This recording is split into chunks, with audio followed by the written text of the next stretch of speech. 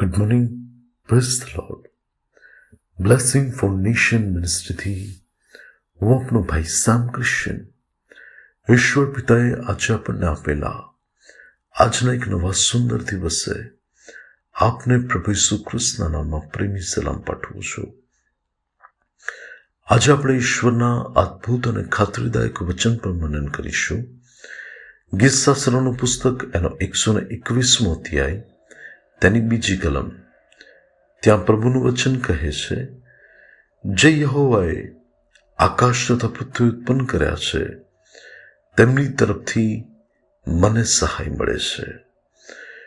ખ્રિસ્તમાં મારા વાલા ભાઈઓ અને બહેનો, ઉત્પત્તિ 1 અને 1માં લખ્યું છે કે આદિએ ઈશ્વરે આકાશ તથા પૃથ્વી ઉત્પન્ન કર્યા. એ પરમેશ્વરે છઠ્ઠા દિવસે મનુષ્યનું સર્જન કર્યું.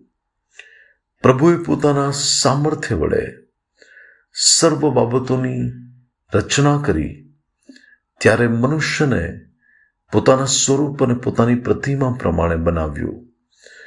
અને પ્રભુએ એ મનુષ્યની અંદર જીવનનો શ્વાસ ફૂંક્યો.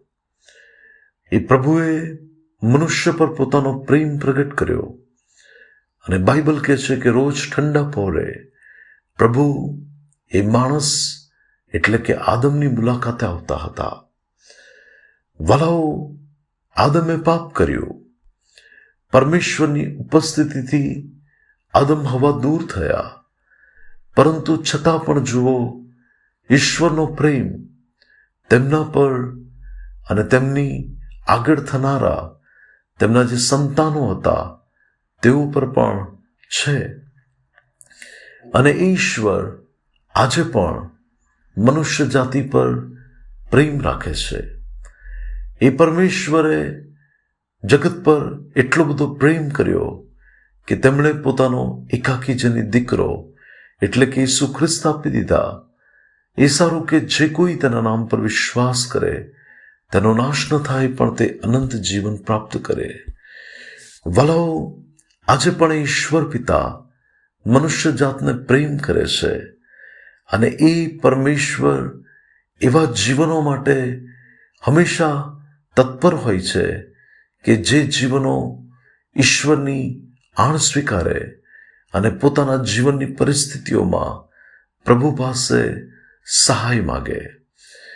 હું એક ભાઈને ઓળખું છું કે જે ભાઈ એમના જીવનની અંદર એવી પરિસ્થિતિમાંથી પસાર થઈ રહેલા કે જ્યાં તેમની પાસે નાણાં ન હોવાને લીધે તે જે મિલકતની પરિસ્થિતિની અંદર એમની સાથે જે અન્યાય થઈ રહ્યો હતો, પરંતુ એ હંમેશા ઈશ્વરને પ્રાર્થના કરીને કહેતા કે પ્રભુ, તમે જ મારો આધાર છો, તમે જ આ પરિસ્થિતિમાં મને સહાય કરી શકો છો, તમે જ આ બાબતોમાં મને વિજય આપી શકો છો.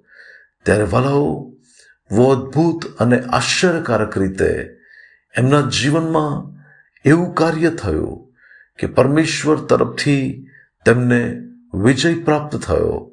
અને જે વિરોધીઓ હતા એમના મુખ લજ્જિત થયા. મોટા મોટા અધિકારીઓએ નીચું જોવું પડ્યું. અને પરમેશ્વરે એક સામાન્ય વ્યક્તિ કે જે વ્યક્તિ પોતાની પાસે બીજું કશું નથી પરંતુ એકમાત્ર આધાર એક એવા પરમેશ્વર પર છે કે જે સ્વર્ગીય સ્થાનોમાંથી આજે પણ સહાય કરે છે. અને પ્રભુએ તેમના હકમાં એવું કાર્ય કર્યું કે જ્યાં તેમને જે ભાગ મળવો જોઈએ એ ભાગ તેમને મળ્યો. અને પ્રભુએ તેમની પરિસ્થિતિમાં અદ્ભુત રીતે તેમને વિજય આપ્યો. ખ્રિસ્તમાં મળવાવાળા ભાઈઓ અને બહેનો, આ સંસારમાં અસંખ્ય લોકો છે, પરંતુ ઘણાઓએ પોતાના જીવનની અંદર પોતાની શક્તિને પોતાનો આધાર બનાવ્યો. કોઈને પૈસાને પોતાનો આધાર બનાવ્યો, કોઈને કોઈ મનુષ્યને પોતાનો આધાર બનાવ્યો. પરંતુ બાઇબલ કહે છે કે ધન્ય છે વ્યક્તિ કે જે યહોવા પર ભરોસો રાખે છે, સર્વશક્તિમાન ઈશ્વરને પોતાનો આધાર બનાવે છે. આજે જો તમે તમારા જીવનની કોઈ પણ એવી વિપરીત પરિસ્થિતિઓમાં, કોઈ પણ એવા પડકારજનક પ્રશ્નોમાં, કોઈ પણ એવી પહાડ જેવી પરિસ્થિતિઓની મધ્યે જો તમે પરમેશ્વરને પોતાનો આધાર બનાવો છો, ભજનકાર એમ કે છે કે હું પર્વતો તરફ મારી આંખો ઊંચી કરીને જોઈશ કે મને ક્યાંથી સહાય મળે. અને એક રાજા જે ભજનકાર તરીકે જ્યારે આ બાબત કહે છે ત્યારે તે જવાબ પણ આપતા એવું કહે છે કે જે યહોવાએ આકાશ અને પૃથ્વી બનાવ્યા તેના તરફથી મને સહાય મળે છે.